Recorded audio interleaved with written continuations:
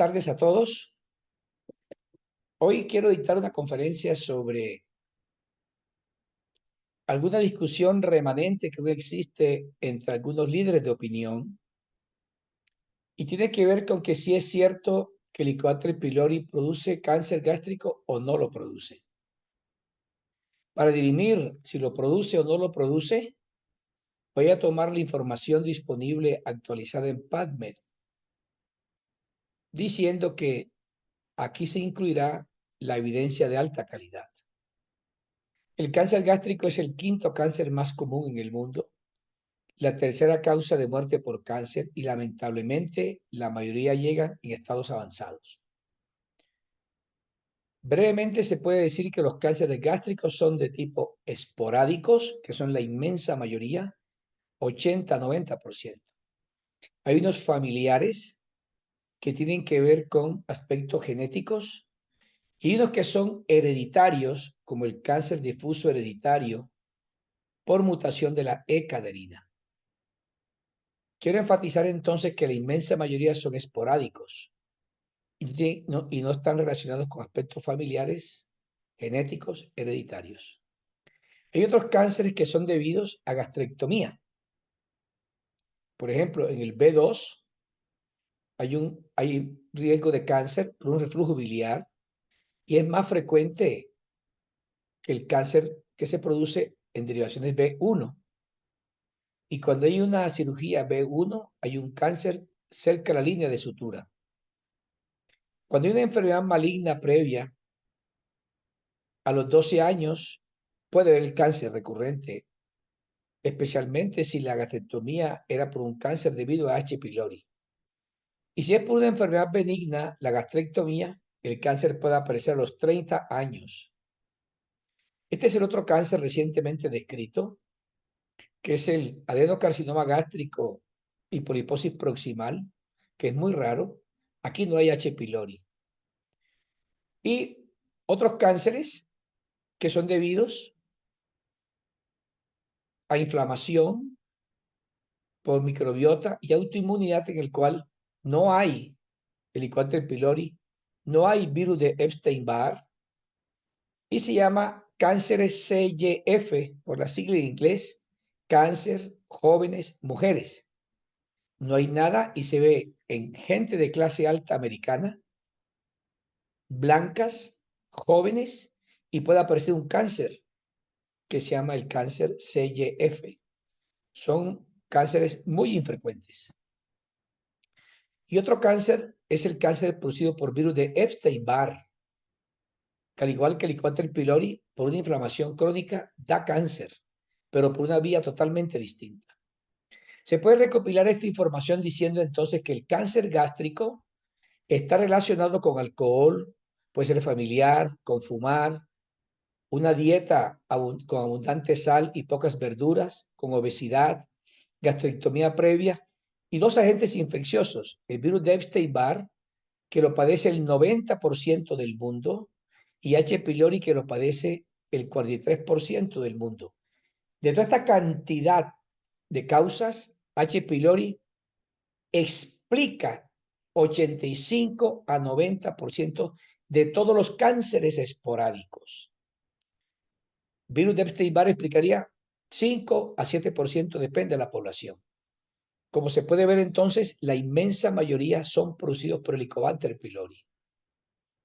Hace muchos años, en 1938, el profesor von Hessny, que era un cirujano alemán y también era patólogo e investigador, publicó en literatura alemana que la úlcera y el cáncer gástrico se desarrollan a través de inflamación silente de la mucosa y no se sabe cuál gastritis será benigna y cuál dará cáncer. Él vio microbios, bacterias en el epitelio gástrico y anticipó, cuando seamos capaces de prevenir o tratar la gastritis, podremos prevenir la úlcera y el cáncer gástrico. La profilaxis contra la gastritis es la profilaxis contra la úlcera y el cáncer gástrico. Esta hipótesis, a la luz del conocimiento actual, es absolutamente correcta, pero fue rechazada. Fue rechazada porque no se pudo caracterizar esa bacteria que él veía ahí. En 1967, este japonés, Susumu Ito, vio bacterias en el estómago. Y también en China, otros científicos vieron bacterias en el estómago, al igual que este científico ruso, doctor Morozov. Pero este fue el científico que más cerca estuvo de encontrar la bacteria Helicobacter pylori en Inglaterra en 1970. Lamentablemente, después de múltiples intentos, no pudo caracterizarla microbiológicamente. Todos los antecesores a esta fecha nunca pudieron cultivar ni caracterizar la bacteria y tampoco pudieron demostrar científicamente la relación de la bacteria con gastritis o úlceras pépticas. En 1982, el profesor Robin Warren y Barry Marshall cultivaron por primera vez en la historia de la humanidad Helicobacter pylori. Y este descubrimiento fue trascendental. Su hallazgo fue publicado en 2 cartas al editor de la revista Lancet y se informó que el cultivo número 35 pudo crecer la bacteria. En ese momento estos autores dijeron que la gastritis crónica era una enfermedad infecciosa. Casi fue imposible que la comunidad científica esto lo admitiera. 1982. Posteriormente, este mismo grupo se enfocó solamente a estudiar esta bacteria y demostró que en las úlceras duodenales estaba presente en el 100% y en las úlceras gástricas en el 80%. Hicieron un estudio doble ciego impresionante y demostraron que si no se curaba H. pylori, la úlcera recorría 84% al año. Y si H. pylori se eliminaba, recurría 21% al año. Y esto fue significativo. Fue tanta la presión internacional sobre tanto escéptico en el mundo que su esposa Gwyn tuvo que asesorarlo para que este hombre no se desquiciara. Ella dijo, no le preguntes a nadie. La gente no sabe tanto como tú y te van a hacer un bullying muy grande. Entonces, él admitió el consejo de su esposa psiquiatra y siguió trabajando de manera tesonera, insistente y en silencio. Y todo el mundo decía en el hospital Royal Perth que la idea de enviar biopsias del estómago para cultivarla era ridículo, porque los médicos estaban hechos era para cuidar a los pacientes y hacer asistencia, y no para estar investigando cosas raras. Y además, todo el mundo coincidía en que nadie en muchos siglos ha cultivado bacterias en el estómago. Se necesita un temperamento muy intenso y creer en uno mismo para, con tanta presión negativa externa, continuar buscando la bacteria. Es más, esto que está aquí entre comillas lo decían los científicos de la época. Para un gastroenterólogo equilibrado no tenía sentido tomar biopsias para buscar bacterias.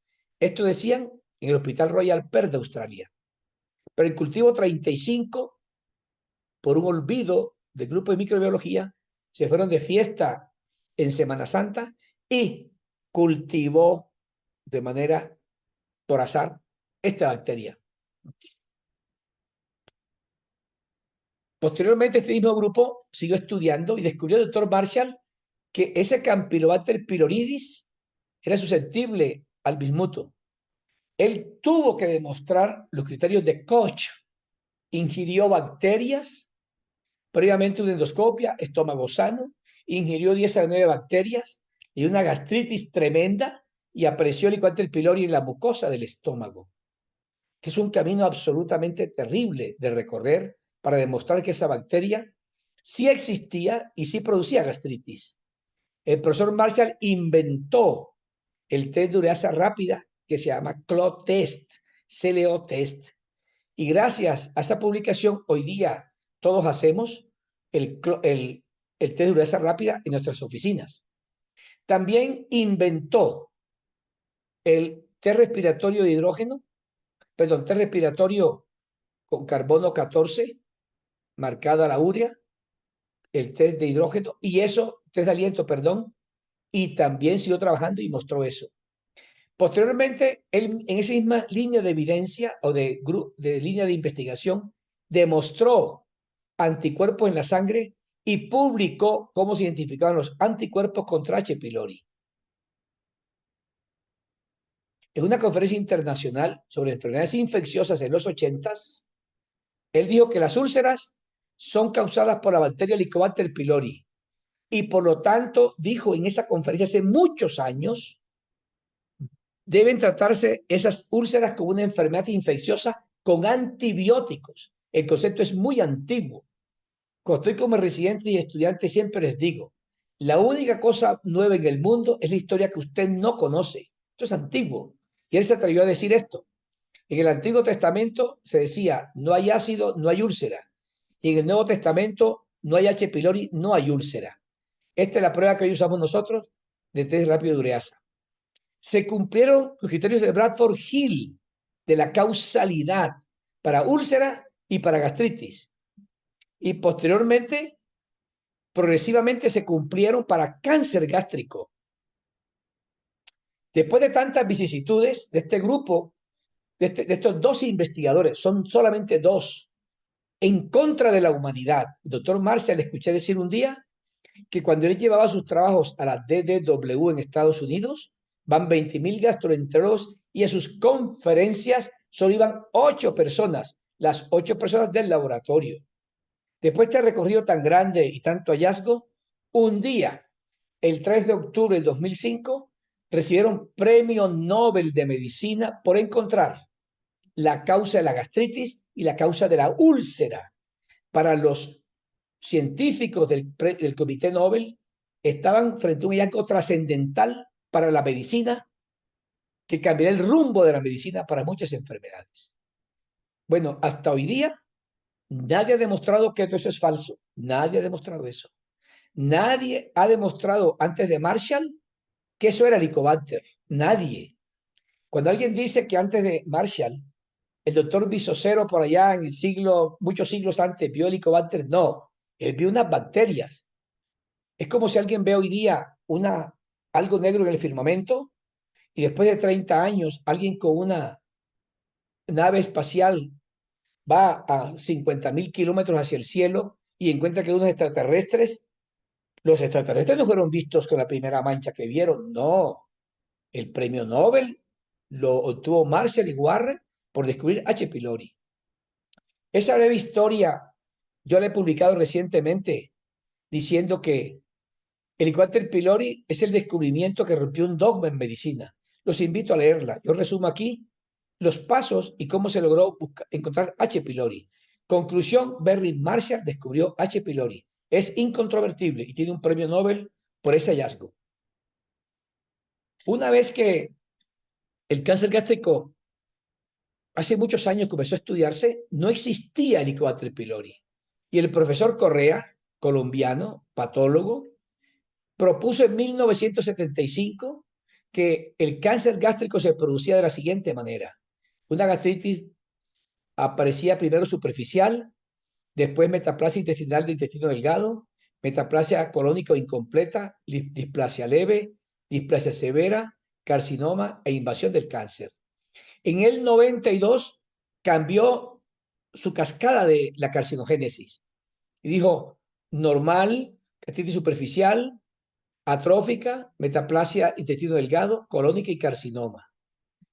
Y en el 2012, cuando ya estaba claro que había un vínculo entre H. pylori y cáncer, introdujo en su cascada inicial el concepto que H. pylori era el que iniciaba una alteración de la mucosa sana.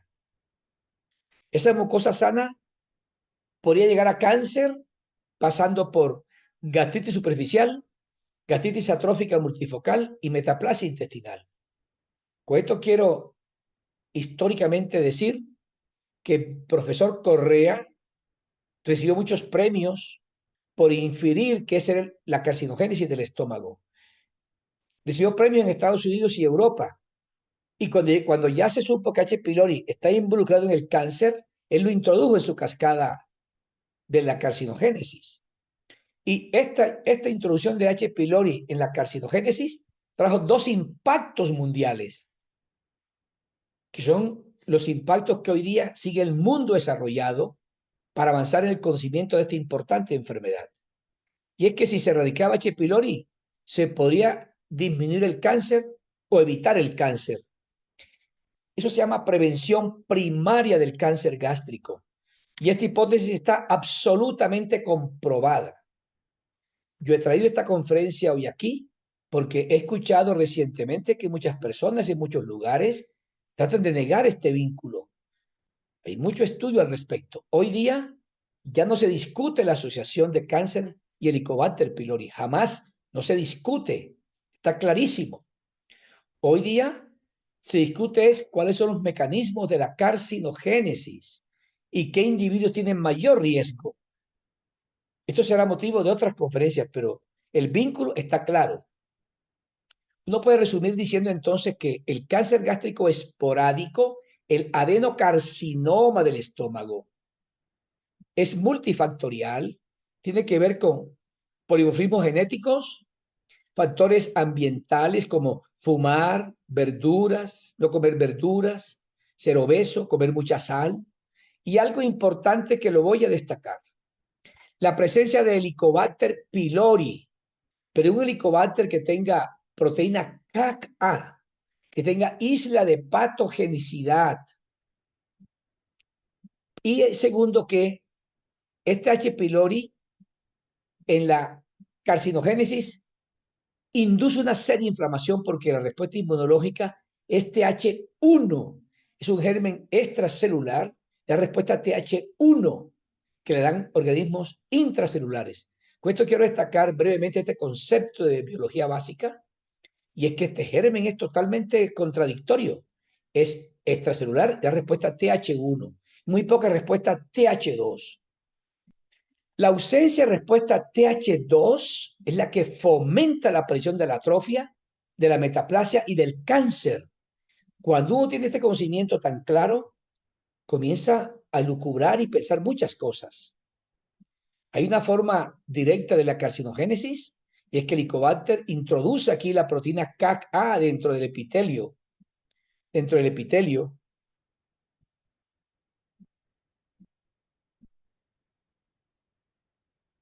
No encuentro el curso. Bueno, dentro del epitelio. Y segundo, los epítopes del Helicobacter y el daño al epitelio hacen que migren proteínas del Helicobacter y a veces el Helicobacter casi entero, y hay una fuerte respuesta inflamatoria por debajo de la mucosa. Y esto, con una cantidad de mecanismos de óxido reducción, destruyen el DNA y producen mutaciones que van a llevar al cáncer. Esta es la proteína CAC-A que se introduce. Es una oncoproteína. Y en los modelos experimentales se ha demostrado que esta oncoproteína fomenta el cáncer. Pero H. pylori nunca ha estado solo en el estómago. Aunque produzca ácido, hay bacterias.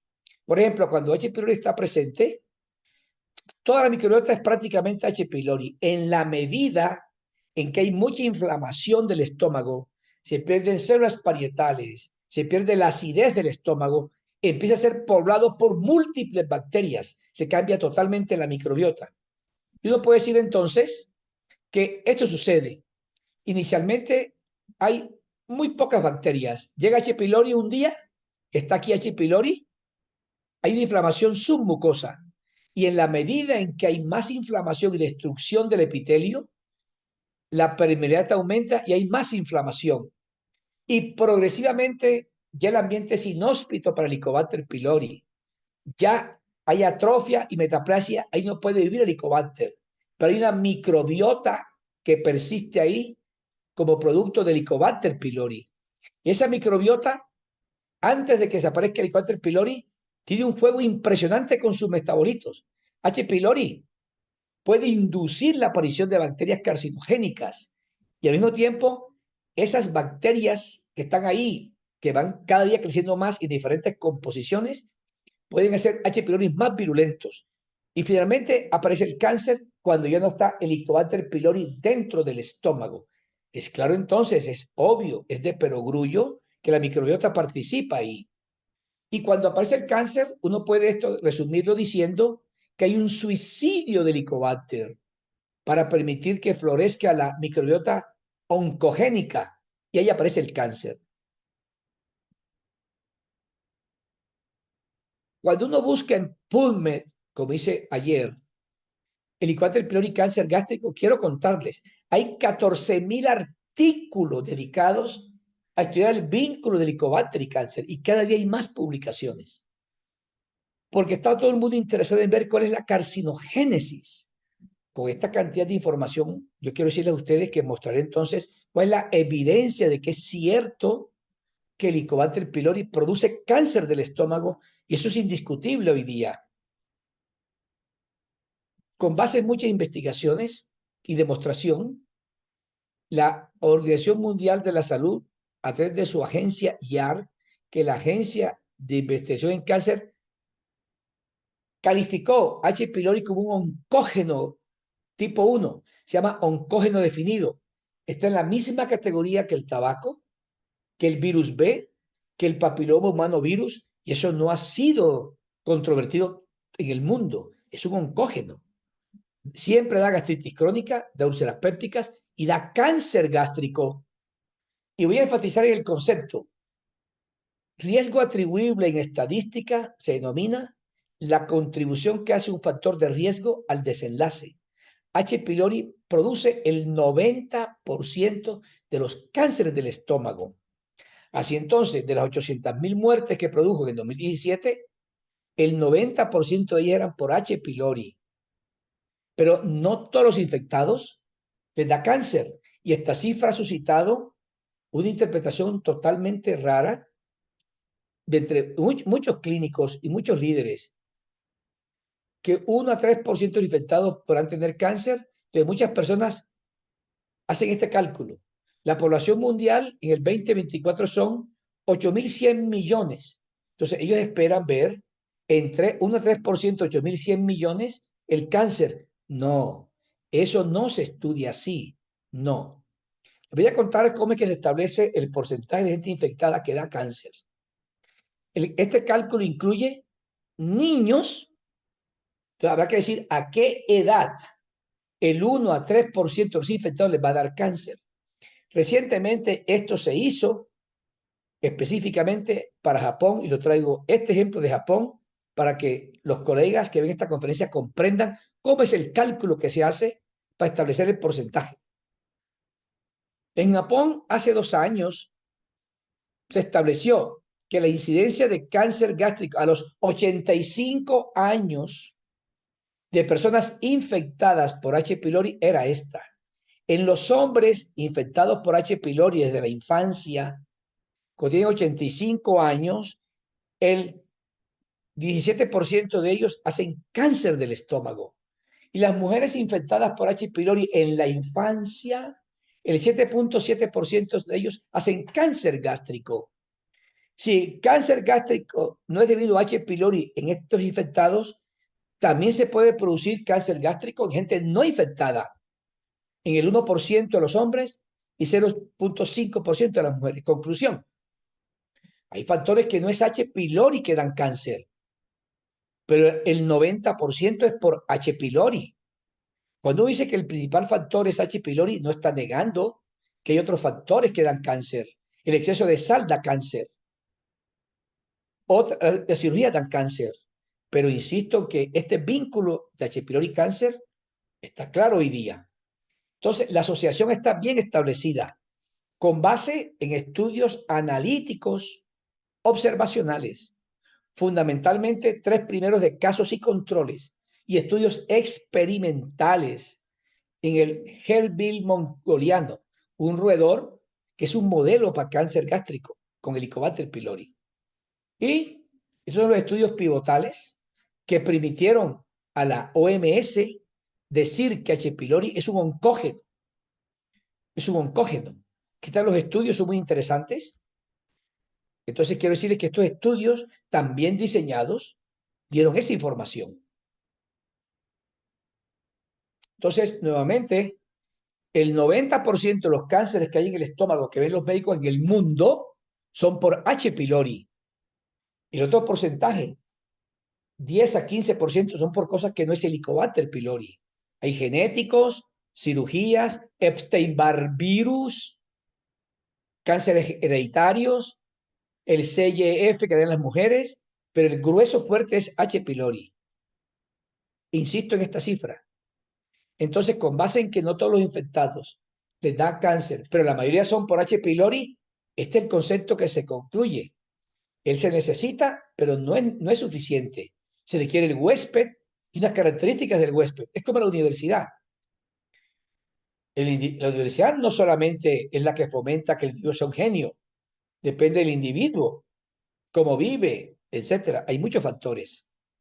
En el 2014, la Organización Mundial de la Salud se reunió en un evento mundial organizado por la IARC y era fundamentalmente realizado para decidir si la erradicación de H. pylori podría adoptarse como una estrategia para evitar el cáncer. Y esto sucedió. Ahí se reconoció el efecto preventivo de la curación de H. pylori para evitar el cáncer gástrico. Invitó a los países a incorporar esta estrategia como prevención primaria del cáncer. Entonces, este conocimiento que se tiene de toda esta historia tan grande de investigación mundial es que el cáncer gástrico se puede prevenir curando Helicobacter pylori. Hay múltiples estudios, muchos estudios, pero yo aquí voy a mostrar esa prevención primaria que es cierta, en qué evidencia se soporta hoy día. Voy a mostrar en el 2024 qué evidencias hay de que H. pylori, cuando se cura, puede disminuir el riesgo de cáncer gástrico. Japón es un continente, es un país que ha enseñado al mundo el concepto de cáncer gástrico de manera fenomenal. Aquí en este trabajo publicado hace algunos años, se encontró que el cáncer gástrico bajó un 60% en estas fechas.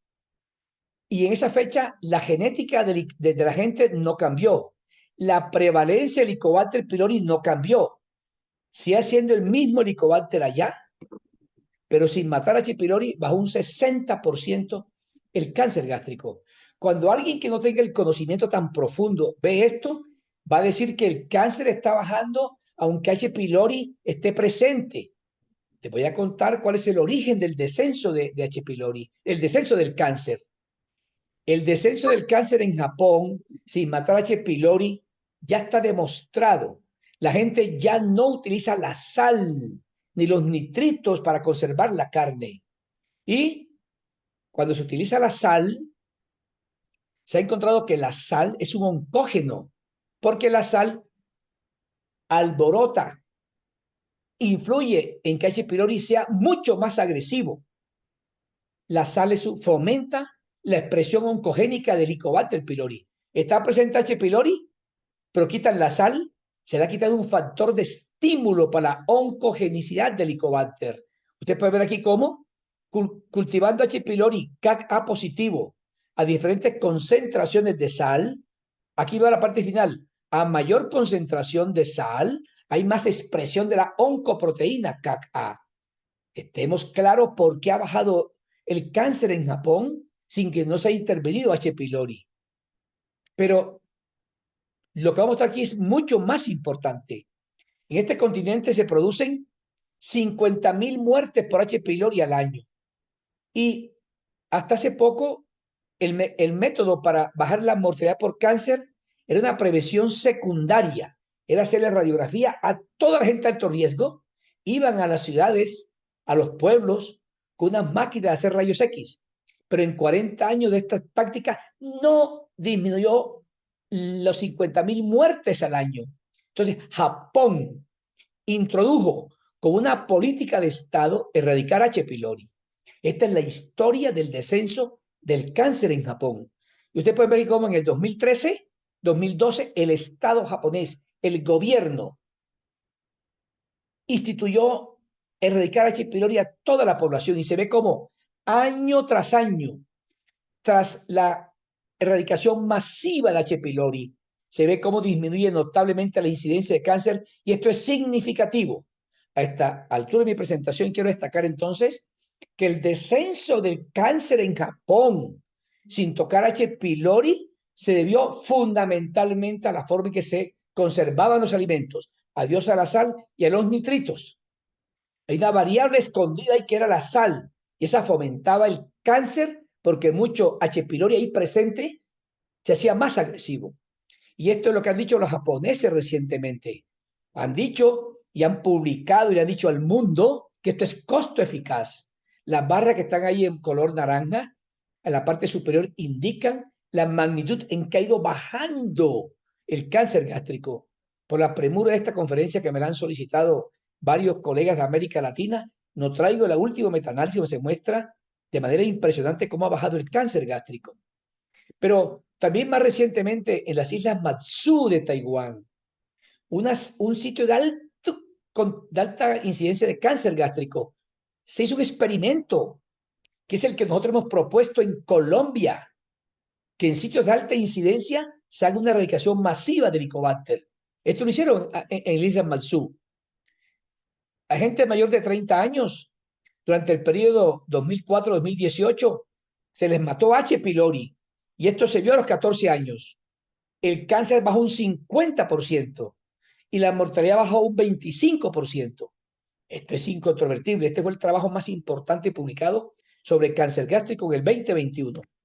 Y en Estados Unidos, hace 4 años, en una cohorte retrospectiva de hospital de veteranos con más de 370,000 pacientes, esto se encontró. Cuando H. pylori se erradica y se verifica la erradicación, en el análisis multivariado, se ve que matar H. pylori tiene un gran impacto. Baja la incidencia de cáncer un 76%.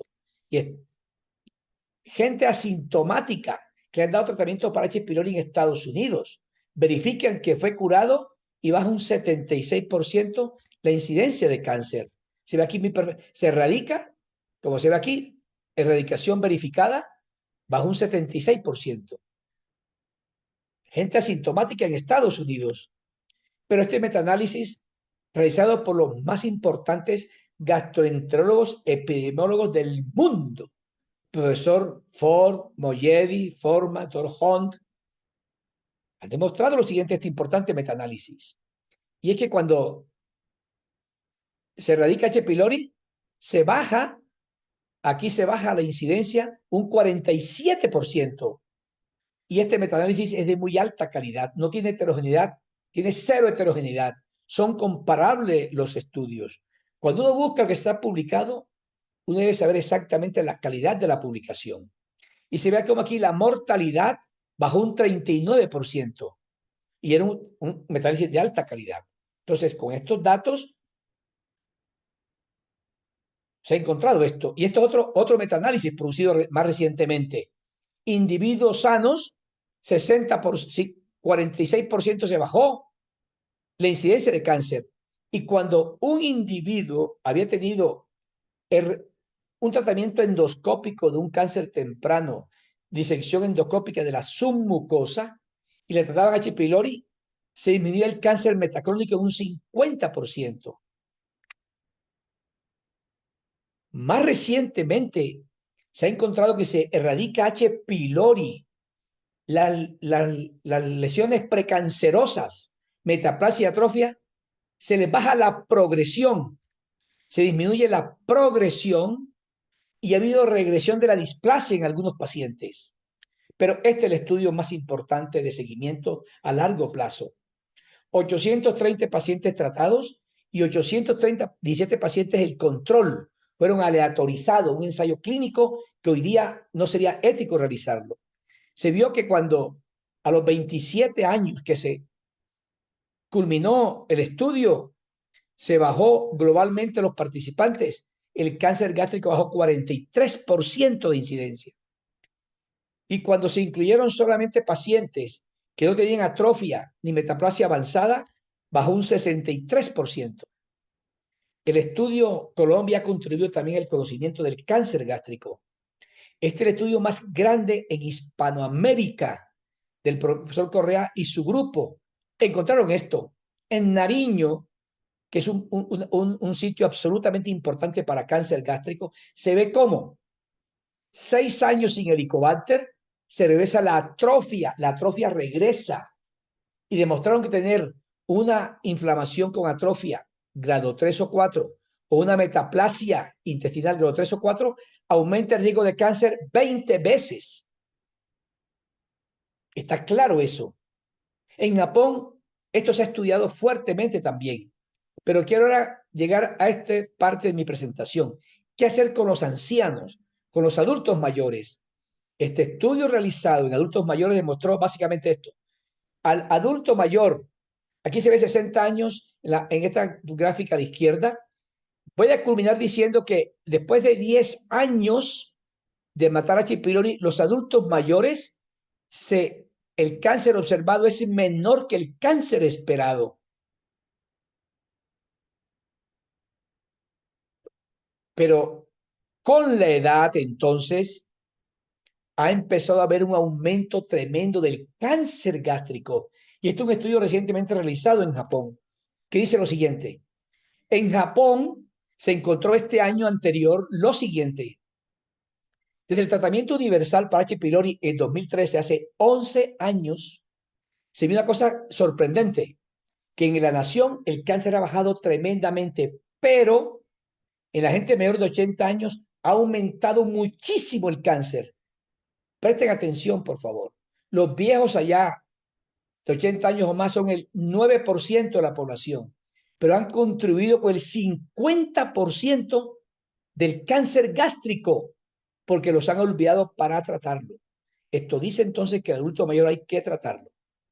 Y más recientemente, ahorita en Corea, se ve cómo el cáncer gástrico, la incidencia ha bajado de manera paralela a cómo ha disminuido la prevalencia del Helicobacter pylori. Este estudio de Corea muestra perfectamente eso. En hombres y mujeres, en la medida en que se ha ido eliminando H. pylori, se ha bajado esto.